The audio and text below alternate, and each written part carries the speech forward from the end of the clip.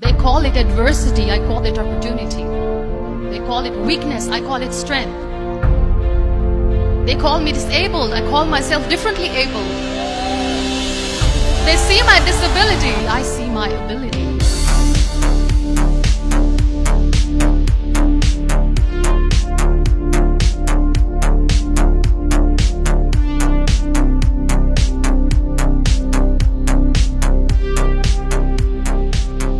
There are some incidents that happen in your life, and those incidents are so strong that they change your DNA.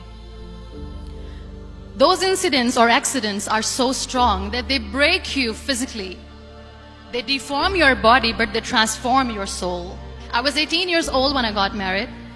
I belonged to a very conservative family, a Baloch family, where good daughters never say no to their parents.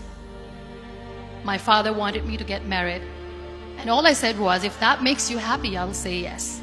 And of course, it was never a happy marriage. Just about after 2 years of getting married, I met a car accident. Somehow my husband fell asleep and the car fell in the ditch. He managed to jump out, saved himself. I'm happy for him. But I stayed inside the car and I sustained a lot of injuries. The list is a bit long. Radius ulna of my right arm were fractured. The wrist was fractured.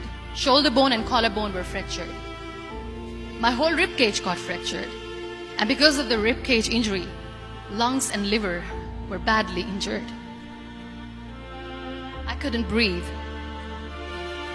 I lost urinary bowel control. That's why I have to wear the bag wherever I go. One day, doctor came to me and he said, well, I heard that you wanted to be an artist, but you ended up being a housewife. I have a bad news for you. You won't be able to paint again because your wrist and your arm are so deformed, you won't be able to hold a pen again. And I stayed quiet.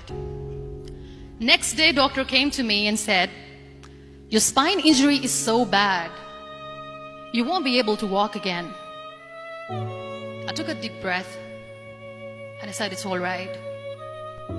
The next day, doctor came to me and said, because of your spine injury and the fixation that you have in your back, you won't be able to give birth to a child again. That day, I was devastated. I still remember, I asked my mother, why me? And that is where I started to question my existence. Why am I even alive? What's the point of living? People are scared. They think I will get divorced. What is going to happen to me? But I'm tired of looking at these white walls in the hospital and wearing these white scrubs. I'm getting tired of this. I want to add more colors to my life. I want to do something. Bring me some colors. Bring me some small canvas. I want to paint.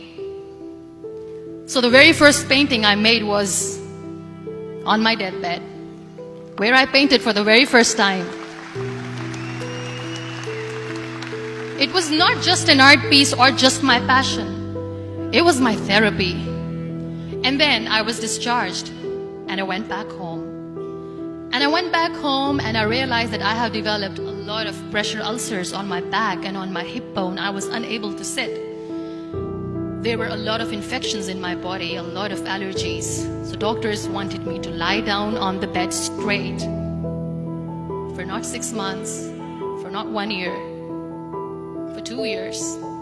I was bedridden. That was the time where I realized how lucky people are, but they don't realize. After 2 years and 2.5 months, when I was able to sit on a wheelchair, that was the day when I had the rebirth. I saw myself in the mirror and I talked to myself. So I applied the lip color for the first time and I cried. And I said, what am I doing? A person on a wheelchair should not do this.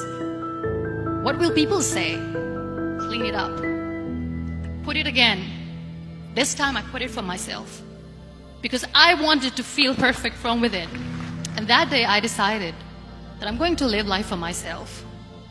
I am not going to be that perfect person for someone. I am just going to take this moment and I will make it perfect for myself. That day I decided that I'm going to fight my fears. You know what was my biggest fear? Divorce. I couldn't stand this word. I was trying to cling on to this person who didn't want me anymore, but I said no. That the day I got the news that he's getting married, I sent him a text that I'm so happy for you and I wish you all the best. And he knows that I pray for him today. I won't be able to be a mother again. And that was quite devastating for me.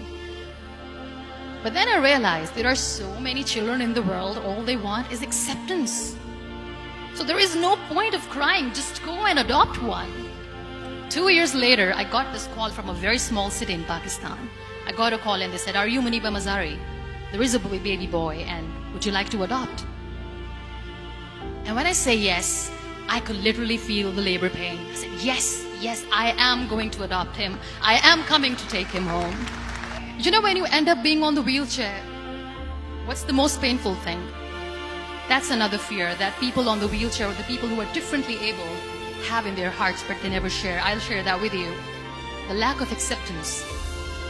People think that they will not be accepted by the people because we, in the world of perfect people, are imperfects. So I decided that instead of starting an NGO for disability awareness, which I know will not help anyone, I started to appear more in public. I started to paint. I always wanted to. Do not think that you alone can achieve things. No. There's always another person who is standing behind you, maybe not coming on the forefront, but behind you, praying for you and supporting you. Never lose that person. Never. Somebody's absence makes you a better person. Cherish their absence. It's always a blessing in disguise. There are so many people in the world who are dreaming to live a life that you are living right now. You have no idea. Embrace each and every breath that you are taking. Celebrate your life. Live it. Don't die before your death. You work hard, you make money. You do it for yourself. That's not life. You go out, you seek for people who need your help. You make their lives better. You become that sponge which can absorb all the negativity, and you become that person who can emit beautiful, positive vibes. And when you realize that you have changed someone's life, and because of you, this person didn't give up, that is the day when you live. Love yourself and spread that love. Life will be hard. There will be turmoils, there will be trials, but that will only make you stronger. Never give up. The real happiness doesn't lie in money or success or fame. I have this all, I never wanted this. Real happiness lies in gratitude. So be grateful, be alive, and live every moment.